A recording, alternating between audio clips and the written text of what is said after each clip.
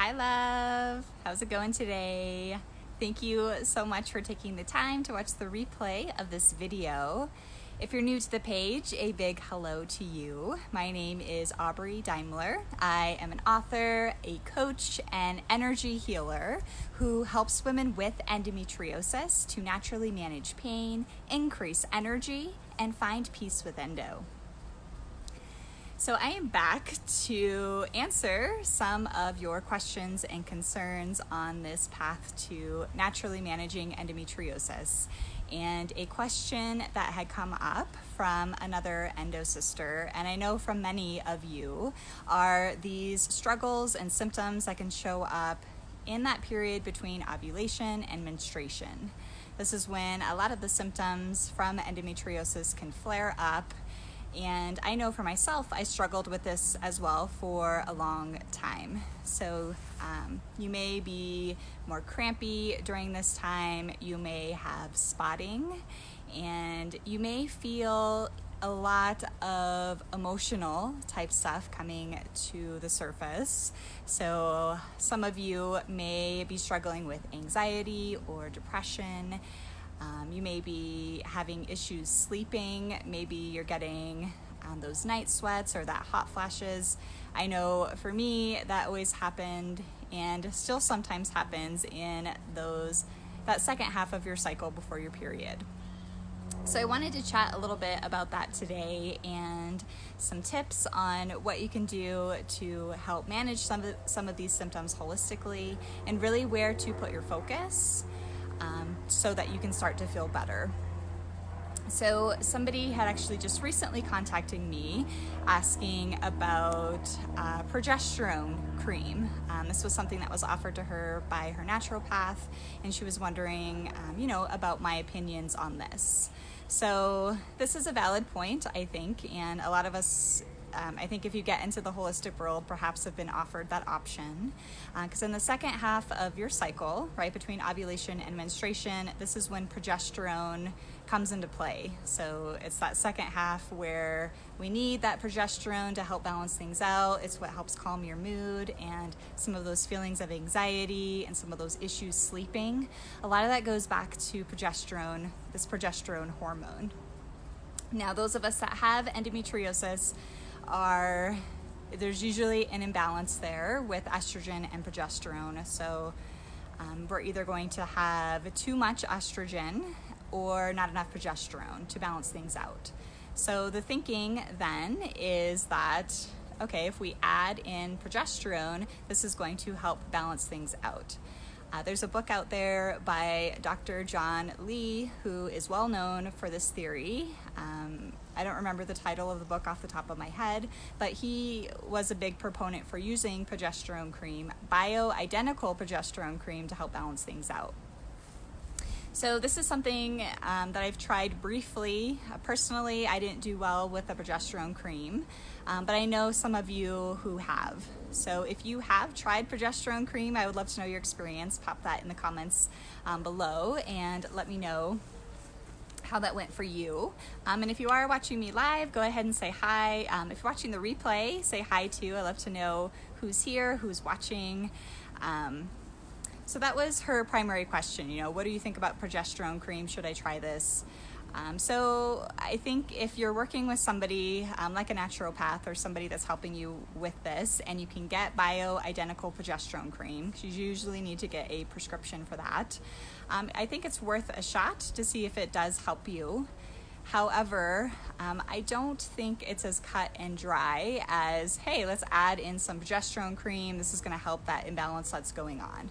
Because if that imbalance is showing up, there's something deeper that's out of whack, and there are other pieces of the puzzle that need to be addressed. So I wanted to chat a little bit about that today and give you some things to focus on if this is the case for you.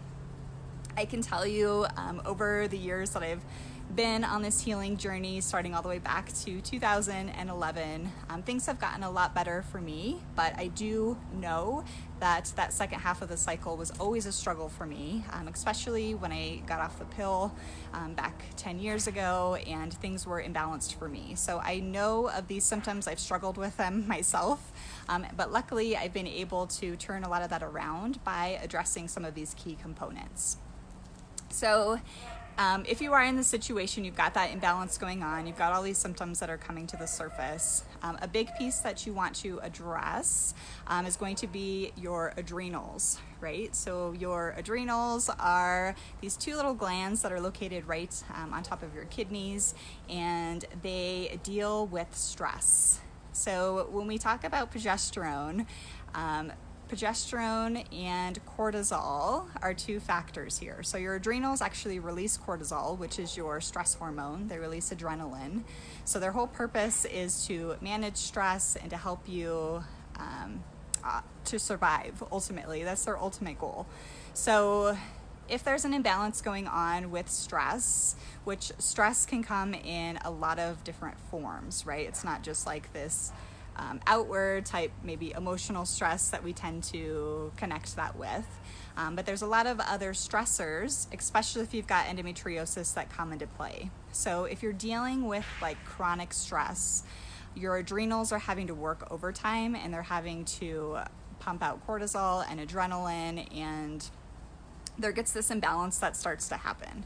So with endometriosis, if you've got chronic pain, right, which is a symptom that a lot of us deal with, of course, your body's naturally going to be more stressed out because it's dealing with a lot of that stuff that's going on. So the pain, if you're dealing with any kind of chronic stress in your life, so if it's your job or if you're in like a negative relationship or perhaps you're living in an environment that's toxic, that could be physically toxic or emotionally toxic, stress is definitely something you want to consider when it comes to this, because your adrenals actually also release progesterone.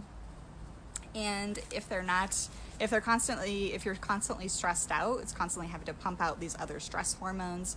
So the progesterone kind of gets pushed to the side because your body's ultimate goal is to survive, right? So if it thinks that there's this stressor that's happening, it's going to address that before it addresses the whole fertility piece. So progesterone and cortisol actually compete for the same receptors in your body, and cortisol is going to win every single time because survival, right, trumps reproduction all the time. And this also comes into play with your digestion. So if you're stressed out, your body pulls that energy away from the digestive process because it takes a lot of energy in order to digest your foods, in order to make that happen.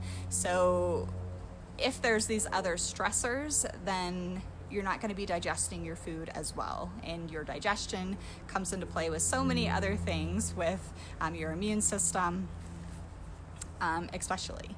So stress is a big thing to consider. And again, this is not just the outward stress, but really paying attention to those chronic stressors. And of course, this comes into a whole healing package when you start to heal your body and you start to calm down some of that pain and some of that chronic stress that's going on. So there isn't necessarily like a simple answer for that, but it's something to be aware of, especially if you're dealing with those progesterone issues. So making big changes in your life to remove some of those chronic stressors, and then just knowing as you start to heal your body and as you start to calm things down, you're naturally going to, in turn, have that ripple effect of that stress coming down as far as the pain is concerned. So that's the big first thing that you want to address are your adrenals and the health of your adrenals.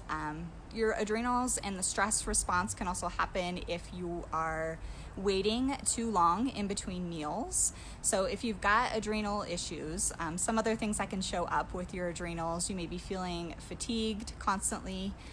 You may be having like this foggy headed type feeling. A lot of the tendencies that happen if you've got adrenal issues is you're waking up and you're exhausted. You may feel like you never get a good night's sleep.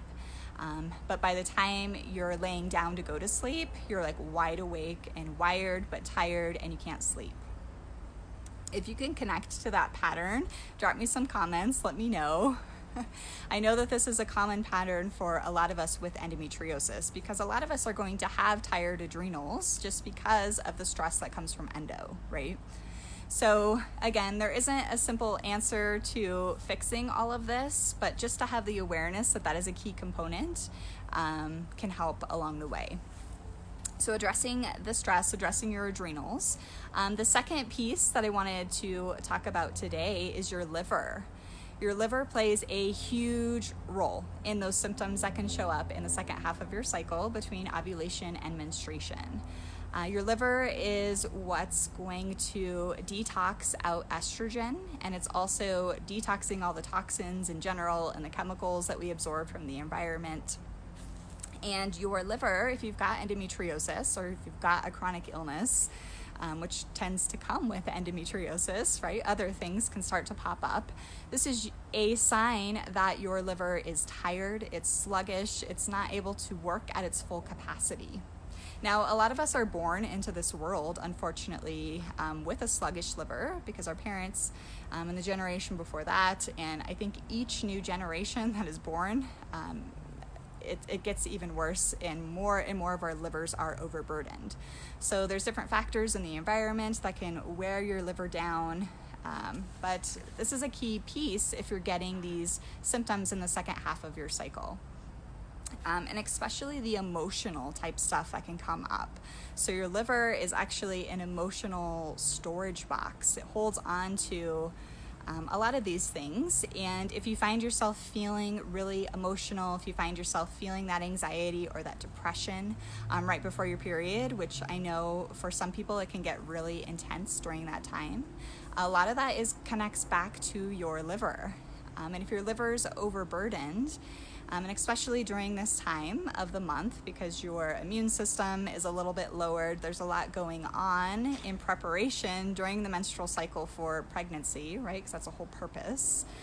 Your liver gets even more overburdened. So if you're getting a lot of these symptoms in that second half, that is a big sign that your liver needs some love. So the good news is I am doing a free workshop about the liver coming up next week. So if you haven't already registered for that, I invite you to do so. I'm going to be chatting more about the liver and some more things that you can do during your day, some simple steps that you can take to start to feel better and to start to support your liver. And again, this is a process, and it does take time, but at least during the workshop, you'll get some quick steps that you can start to implement. So I'll drop a link to that in the comments. That's happening on August 15th is when it starts. So I invite you to join us and get started on some small steps that you can take every day to start to support your liver.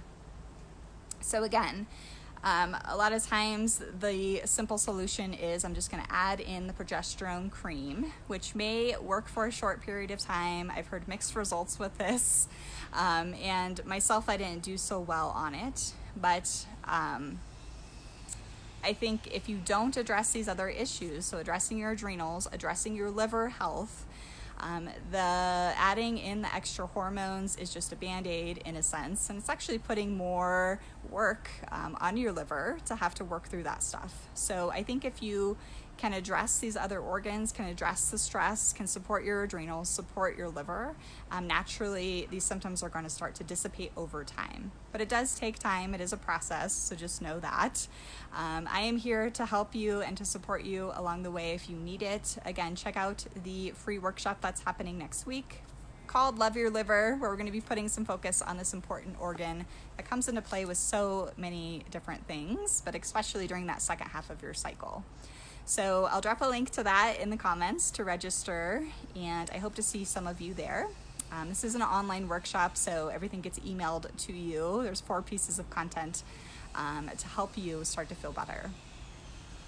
So I hope that this was helpful for you today. If you did find it helpful, please feel free to share with your friends or to tag one of your friends in the comments, and we will chat soon.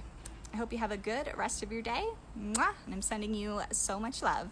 Bye for now.